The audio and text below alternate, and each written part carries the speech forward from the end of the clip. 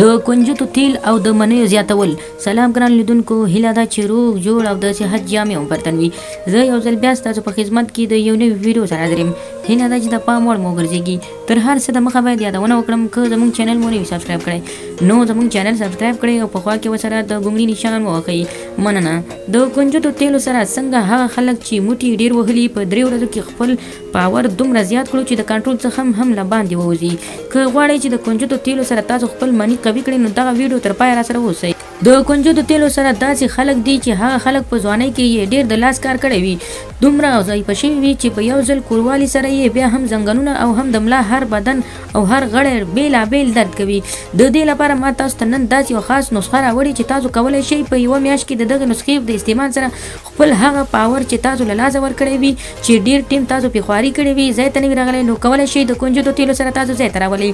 د کنجدو تیل به تاسو د مداریانو یا هم د هغو سکانو چې هندوان دي یا د هندوانو سره یا هم د مساله پلورونکو دکانو والا سره او یا هم له هغو هندوانو سره چې کارونو کې کینی ډېر داسې شیان خرڅوي چې هغه هم یوناني وي، یعنې د یوناني دواخانې ته یا هم یوناني ډاکټرانو ته به ورشئ او له هغو څخه به د کنجدو تیل وغواړئ.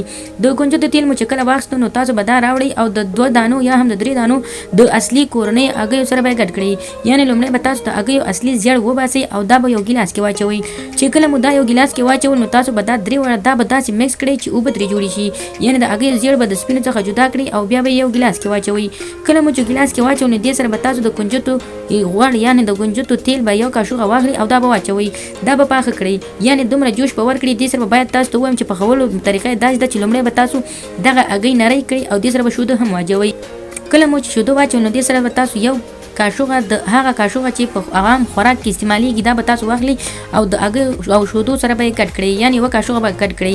دا به تاسو تر نیم ساعته پورې پرېږدئ. کله مو چې د ګیس څخه راکښته کړئ نو نیم ساعت به یې تاسو پرېږدئ چې د دې ښه بخار کینی او ښه یخ شي. له هغه وروسته به تاسو دا راواخلئ او په نهارې به یې هر سهار خورئ.